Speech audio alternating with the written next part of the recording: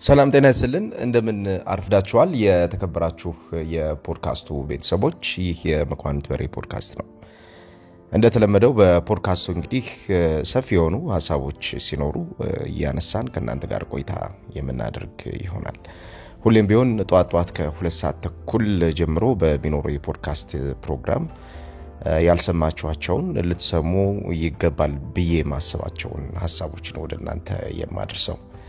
አብራችሁን ቆይታ ያደርጋችሁ ስላለ እጅግ አድርጌ ከልብ አመሰግናለሁ። የተከበራችሁ የፖድካስቱ ቤተሰቦች በያላችሁበት ሰላም ቀን ይሁንላችሁ። ሰላም ለዓለም፣ ሰላም ለሰው ልጅ በሙሉ፣ መፈቃቀር፣ መተጋገዝ አብሮ በውስጣችን ይኖርላለሁ። ያው በሰሞኑ ሁላችንም እንደምናየው መላው ዓለም ላይ ያለው ህዝብ ተጨንቋል። በጦርነት ምክንያት የሚፈናቀሉ፣ በጦርነት ምክንያት ህይወታቸው ችግር ውስጥ የገቡ፣ በጦርነት ምክንያት ወዳጅ ዘመዶቻቸውን ያጡ፣ በጦርነት ምክንያት መንቀሳቀስ ለተነፈጉ በሙሉ እግዚአብሔር እንዲቀርባቸው፣ እግዚአብሔር መንገዱን እንዲያሳያቸው፣ በመካከላቸው ያለውን ነገር ሁሉንም መፍትሄ እንዲሰጠው፣ ሁሌም መፍትሄ ከታላቁ የሰራዊት አምላክ ነውና ሁሌም ቢሆን መፍትሄ ከእግዚአብሔር ዘንድ ነውና ለሱ እንጠይቅ፣ እንለምን። ዓለም ለብዙዎች ምቹ አይደለችም። ምክንያቱም ምቹ እንዳትሆን የሚያደርጉ ብዙ ሐሳቦችና ሰዎች ስላሉባት ማለት ነው። ምቹ የሆነች ዓለም ለቀጣዩ ትውልድ ለልጆቻችን ይሰጠን ዘንድ ፈጣሪን እንጠይቃለን። በዚሁ መሃል ደግሞ ለተጎዱትና ህይወታቸውን ላጡት ሁሉ መጽናናትን እንመኛለን። ወደ ዛሬ ጉዳይ እስኪ ልግባ። ያው እንደምታውቁት በህይወት መንገድ ውስጥ የሚባል አንድ ነገር አለ። behavior is a mirror in which everyone shows the image ይላል። ወይም ደግሞ ስንመልሰው በአማርኛው ባህሪ ሁሉም ሰው ምስሉን የሚያሳይበት መስታወት ነው ይባላል። በእርግጥም የሰው ልጅ በራሱ ማንነት ውስጥ የሚገለጠው በሚያሳያቸው አንዳንድ ድርጊቶቹ ነው። እነዚህ ድርጊቶቹ የሰውን ልጅ ያጠፉታል ወይም ደግሞ የሰውን ልጅ ከፍ አድርገው የተሻለ የስብዕና ክብር ላይ ያስቀምጡታል። ይሄ በየትኛው ሙያ ውስጥ ያለ በምንሰራባቸው እግር ኳስ ተጫዋቾችን ብቻ የሚመለከት አይደለም። ይሄ የትኛውም እኛንም ጋዜጠኞችንም ሊሆን ይችላል። እየሰማችሁኝ የምትገኙ የተለያየ ዲሲፕሊን ላይ ያላችሁም ሰዎች ሊሆን ይችላል። ባህሪ ሁሉም ሰው ምስሉን የሚያሳይበት መስታወት ነው። በሰሞኑ ደግሞ የማንቸስተር ዩናይትድ የአማካኝ አጥቂ የመስመር አጥቂ ሆኖ እያገለገለ የሚገኘው አርጀንቲናዊው ጋርናቾ የቀድሞ የቡድን ጓደኛውን የማርከስ ራሽፎርድን መለያ ለብሶ የለበሰው አስተውሉ የአስቶን ቪላ መለያውን ነው የለበሰው። የአስቶን ቪላ መለያውን ለብሶ በማህበራዊ ሚዲያ ላይ ይለጥፋል። ይህንን ተከትሎ ደግሞ ማርከስ ራሽፎርድ ጓደኛዬ የምወድህ ብሎ መልስ ይመልስለታል። ይሄ እንግዲህ ከአንድ ፕሮፌሽናል ከሆነ ተጫዋች የማይጠበቅ ነገር። ንብረትነቱ የማንቸስተር ዩናይትድ የሆነውና ማንቸስተር ዩናይትድ የሚከፍለው ማንቸስተር ዩናይትድ በሚያስተዳድረው ተቋም ውስጥ እያገለገለ የሚገኝ አንድ ሰው የሌላ ቡድን መለያ ለብሶ የሌላ የተቀናቃኝ የፕሪሚየር ሊግ ቡድን መለያ ለብሶ ማህበራዊ ሚዲያ ላይ ለጥፏል። ይህንን የተመለከቱ የማንቸስተር ዩናይትድ ደጋፊዎችና የእግር ኳስ ተንታኞች በዚህ ጉዳይ ላይ ሪአክት አድርገዋል።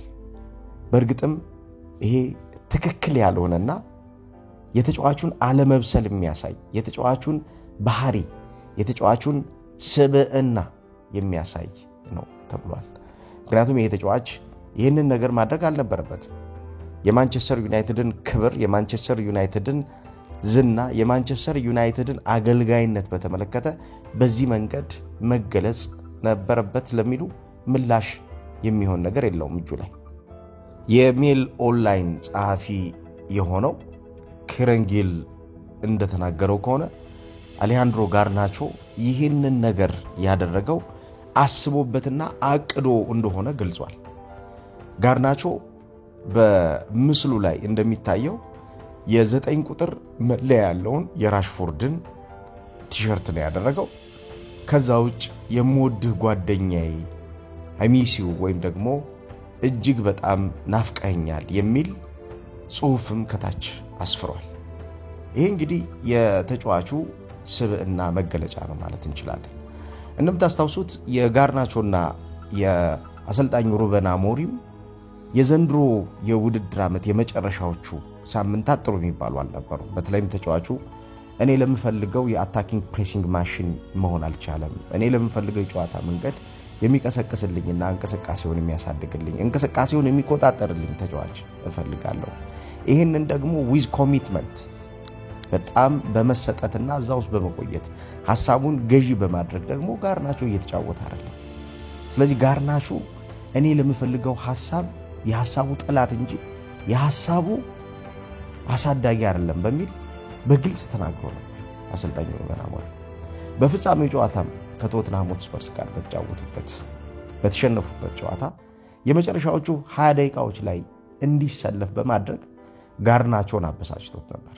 ጋርናቾ ከዚህ በኋላ የተናገረው ነገር ነው እንግዲህ ከአሰልጣኙ ሩበን አሞሪም ጋር ቀጣይ ዓመት ሌላ ክለብ ፈልግ የሚል ግልጽ የሆነ ሐሳብ ባይናገርም አሰልጣኙ የቀጣይ ዓመት የቡድኑ እቅድ ውስጥ የሌለ ተጫዋች እንደሆነ ለመናገር የቻለው በእቅድ ውስጥ ያሉት ተጫዋቾች እንዳሉት ሁሉ በእቅድ ውስጥ የሌሉ ተጫዋቾች ይኖራሉ የሚል አስተያየት ሰጥቶ ነበር። ያኔ ጋርናቾ ምንድነው ያለው? እኔ የ20 ደቂቃ ተጫዋች አይደለሁም፣ እስከ ፍጻሜ ድረስ የሄድኩት የ20 ደቂቃ ተጫዋች ሆኜ አይደለም።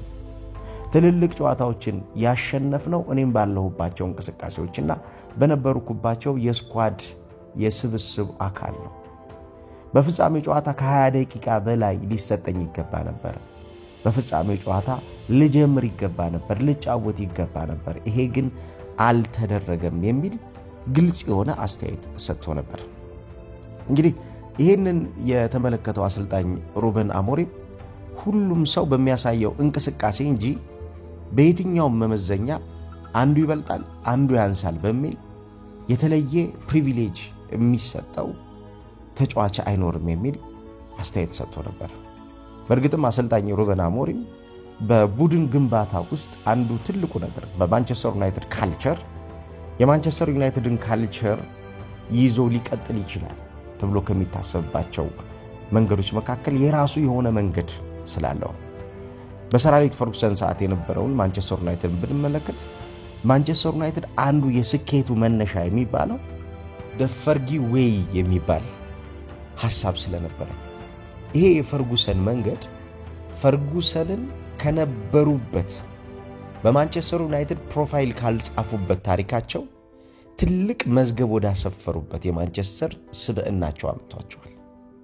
እሳቸው ተጫዋቾችን በሚመለምሉበት ሰዓት ቡድን በሚገነቡበት ሰዓት የቡድን ግንባታ አስቸጋሪ ወቅቶችን የሚያሸንፉበት የራሳቸው መነሻ የሆኑ ሐሳቦች በሰር አሌክስ ፈርጉሰን የቡድን ግንባታ ወጥነት ላይ የነበራቸው ሚና ከፍተኛ ነው።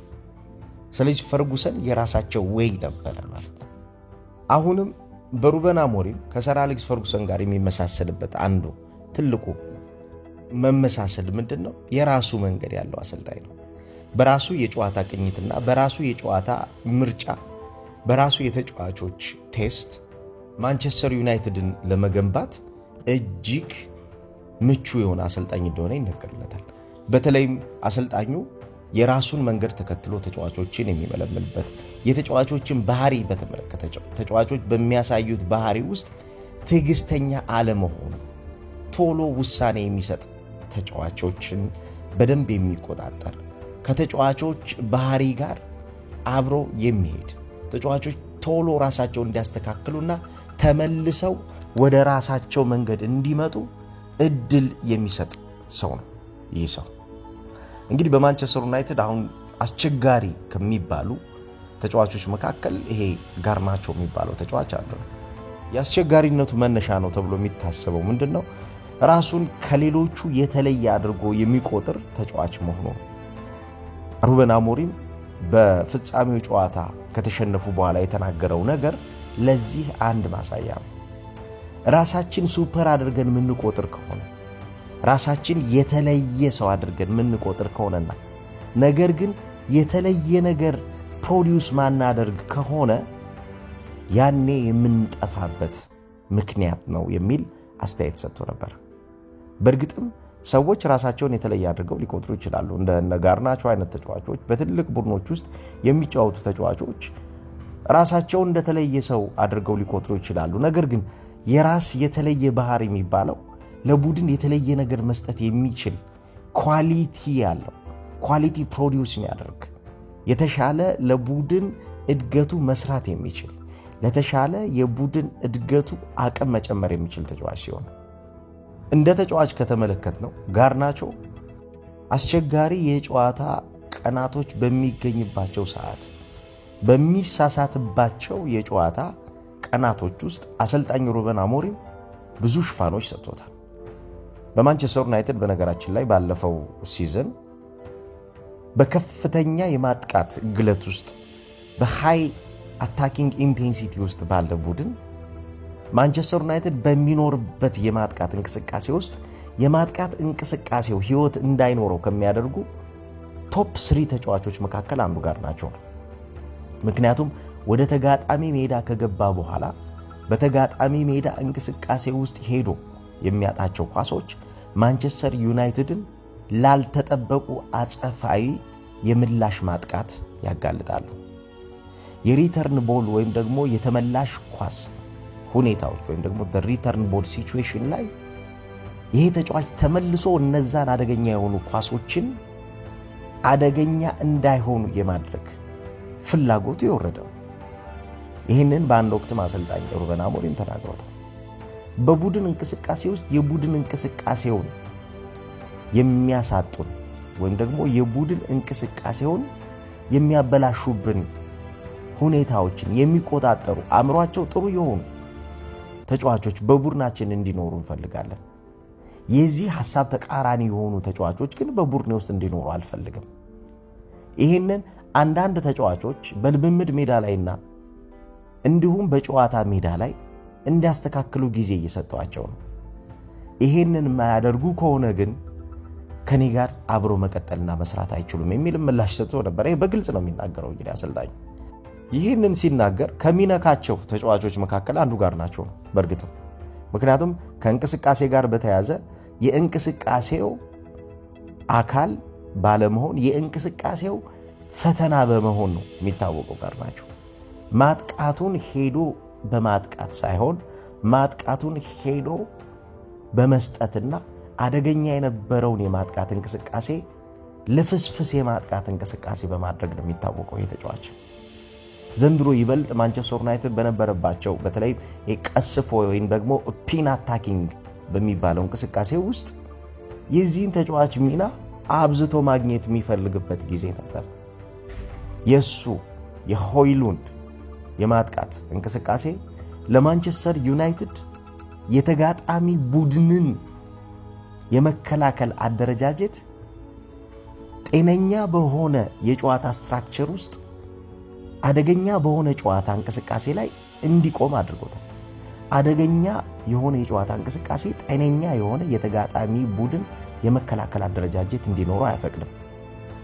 ነገር ግን የመጀመሪያው አንዱ ትልቁ ጠላት ለማንቸስተር ዩናይትድ ተጋጣሚ ስርዓት ባለው የመከላከል አደረጃጀት ውስጥ እንዲገኝ የነኚህ ተጫዋቾች እንቅስቃሴውን በተመለከተ ቡድኑ የሚፈልገውን ነገር የተጋጣሚ ቡድን እንቅስቃሴ ወይም ደግሞ ሜዳ ላይ ገብተው ማድረግ አለመቻላቸው ይሳሳታሉ። ፕሬሲንግ ወዲያውኑ ሬዚስት አያደርጉም፣ ይሰበራሉ። ኢቭን አዳፕቴሽን ላይ ቶሎ ለሲስተሙ ተገዢ ለመሆን የሚቸገሩ ተጫዋቾች ናቸው። ስለዚህ ለሲስተሙ ተገዢ መሆን ካልቻለ አንድ ተጫዋች ለዛ ሲስተም ተገዢ ሆኖ ቡድኑን ማሳደግ የሚችልበትን አእምሮ መፍጠር ካልቻለ የቡድኑ የእንቅስቃሴውም ጠላት እንደሚሆን ግልጽ ነው። ከአዳፕቴሽን ጋር በተያያዘ አሰልጣኝ ሩበን አሞሪም ካደረጋቸው ቃለ መጠይቆች መካከል አንዱ ቃለ መጠይቅ ላይ የተናገረው ነገር እጅግ በጣም የሚገርም የቡድን ግንባታ ሂደቱ ላይ የተጫዋቾች ሚና ምን ያክል እንደሚሆን ትዕግስት ምን ያክል ዋጋ እንዳለው የሚያሳይ በምሳሌ አድርጎ የተናገረው ነገር አለ። ምንድነው ያለው? አንድ ዋናተኛ ዋና ለመዋኘት ከልጅነቱ ጀምሮ ዋና ለመለማመድ ይሞክራል። በተደጋጋሚ የዋና ውሃ ውስጥ ገብቶ በሚዋኝበት ሰዓት የሚያደርገው የነበረው ነገር ምንድነው? ከውሃው ጋር ጠላት ነበር። ውሃውን መከላከል ወይም ደግሞ ሬዚስት ማድረግ ላይ ነበር ትኩረት የሚያደርገው። ይሄ ማለት እጆቹን አላስፈላጊ ወደ ሆኑ አቅጣጫዎች በመላክ ለመስመጥ ቅርብ የሆኑ ድርጊቶችን ይሰራል። ውሃ ባፉ ይጠጣል። እንደገና ስርዓት ባለው መንገድ ለመዋኘት ይቸገራል። ውሃ ከተበሳጫችሁበት ወይም ደግሞ ውሃ ካበሳጫችሁት ያው ይወስዳችኋል። ከተረጋጋችሁ ግን ውሃ ያንሳፍፋችኋል ይታወቃል። ይሄን ማድረግ አቅቶት ግን ሲቸገር ያያል እና አንድ ዋናተኛ ይመጣና እንዲህ ይለዋል፣ ምንድነው እያደረክ ያለው? ትልቅ ዋናተኛ መሆን ትፈልጋለህ? አዎ። ስለዚህ ለምንድነው ከውሃው ጋር የምትጣላው? ውሃውን ለምንድነው ፍሬንድ ማታረግ ጓደኛ ማታረገው? መጀመሪያ ውሃውን ጓደኛ አድርገው። ሁለተኛ ውሃውን ሪዚስት ከምታደርገው ውሃውን ከምትከላከለው ውሃውን አዳፕት አድርገው ወይም ደግሞ ተላመደው። ያንተ ያደረከው ሰዓት ጎበዝ ዋናተኛ ትሆናለህ ብሎት ይሄዳል። ይሄንን ማድረግ ጀመረ። ከውሃው ጋር ከመከላከል ወይም ደግሞ እጆቹን አላግባብ ከማወናጨፍ ይልቁን ውሃውን የራሱ አደረገው። ውሃው ምንም እንደማያረገው ገባው። ሁሉም ነገር ያለው አእምሮ ላይ ጨዋታው ያለው። ስለዚህ አእምሮውን ለዛ ነገር አዘጋጀው። ሁለተኛ ሪዚስት ከማድረግ ይልቁን አዳፕት አድርጎ ቀስ ብሎ እጆቹን በሚፈለጉበት አቅጣጫ መዋኘት ጀመረ። ይሄ ዋናተኛ ቀስ ያለ የሚፈልገውን ዋና ለመደ። በጣም በሚገርም ታሪክ ይሄ ሰው በአሜሪካ የኦሎምፒክ ታሪክ 3 የወርቅ ሜዳሊያዎችን በዋና መጣ። እንግዲህ ስንጀምረው የምንፈልገውን ነገር ለማድረግ የምንሄድበት መንገድ በጣም ወሳኝ ነው። በአሰልጣኝ ሩበን አሞሪም አዳፕሽን የተገለጸበት መንገድ እንደዚህ ነው። የኔን ቡድን እንዲሆን የምፈልገው እንደዚህ ነው ብሎ ቢናገር አሰልጣኝ ሩበን አሞሪም የኔን ሐሳብ ሬዚስት እንዲያደርጉ አይደለም የምፈልገው። የኔን ሐሳብ ሬዚስት ካደረጉ የኔን ሐሳብ ሊቀበሉት አይችልም። ስለዚህ የኔን ሐሳብ ማድረግ ያለባቸው እነሱ ምንድነው አዳፕት ነው ማድረግ ያለባቸው። ከኔ ሐሳብ ጋር አብረው መሄድ መቻል አለባቸው፣ መግባባት መቻል አለባቸው። ኳስ የሚፈልገውን እንቅስቃሴ እኔ ከማስተምራቸው በላይ ሊገባቸው ይገባል። አንደርስታንድ የሚያደርጉበትን አእምሮአቸውን ክፍት ማድረግ አለባቸው። ይሄን በሚያደርጉ ሰዓት የእግር ኳስ እንቅስቃሴውና ሐሳቡ የተሻለ ያደገ ለማንቸስተር ዩናይትድ ብቻ የሚሆን ሳይሆን ናሽናል ቲሙን ሙሉ የሚጠቅም ተጫዋች ይሆናል በማለት ተናግሯል። እንግዲህ ጋርናቾን በብዙ መንገድ ሊያስተምረው እየሞከረ ነው። ነገር ግን ጋርናቾ ከራሱ ጋር መታረቅ አልቻለም፣ መብሰል አልቻለም። ለማንቸስተር ዩናይትድ የሚሆን ተጫዋች ለመሆን ራሱን ከእንደዚህ አይነት ሁኔታዎች ውስጥ ማውጣት ይኖርበታል።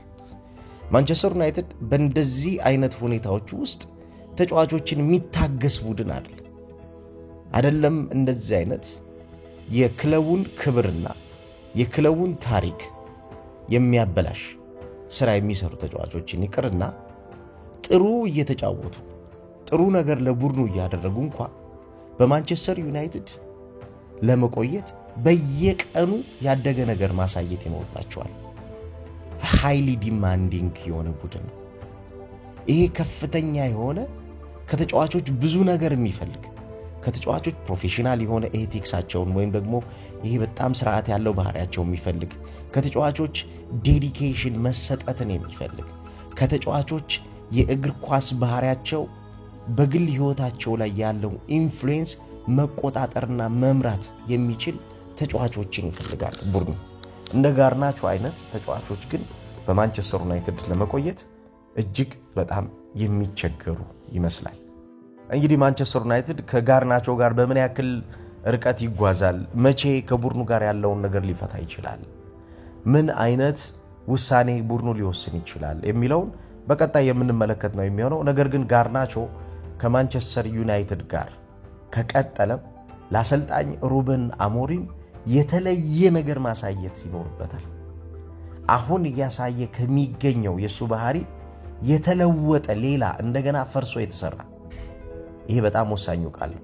እንደገና ፈርሶ የተሰራ ተጫዋች መሆን ይጠበቅበታል። ምክንያቱም ራሱ ማን እንደሆነ እያሳየ ነው። ራሱ ምን እንደጎደለው እያሳየ ያለ ተጫዋች ስለሆነ ማለት ነው። ምን አላችሁ እስኪ? ምን አይነት ሐሳብ አላችሁ? እስኪ ሐሳባችሁን ስጡኝ እስኪ። ጋርናቾ የማንቸስተር ዩናይትድ ንብረት ሆኖ የአስቶን ቪላን መለያ ለብሶ በብዙዎች ዘንድ እየተተቸ ነው የሚገኘው። ነገር ግን ከፐርሰናሊቲ አንጻር ከማንቸስተር ዩናይትድ ታሪክ አንጻር እንደዚህ አይነት ተጫዋች የዚህ አይነት ድርጊት ውስጥ መገኘቱ ምን አይነት ባህሪ ቢኖረው ነው ብላችሁ ታስባላችሁ? እስኪ አስተያየት ስጡበት። ጥሩ ቀን ይሁንላችሁ።